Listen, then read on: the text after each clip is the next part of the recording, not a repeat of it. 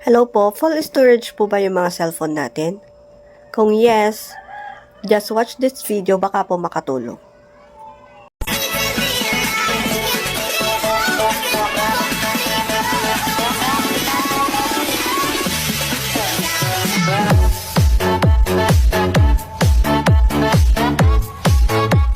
Punta po tayo sa settings and then pinutin po natin yung apps. Ito po yung mga apps natin and much better kung ang titignan po natin ay yung madalas na ginagamit nating apps. So example, yung CapCut na lang po. So pindutin po natin yan, yung CapCut.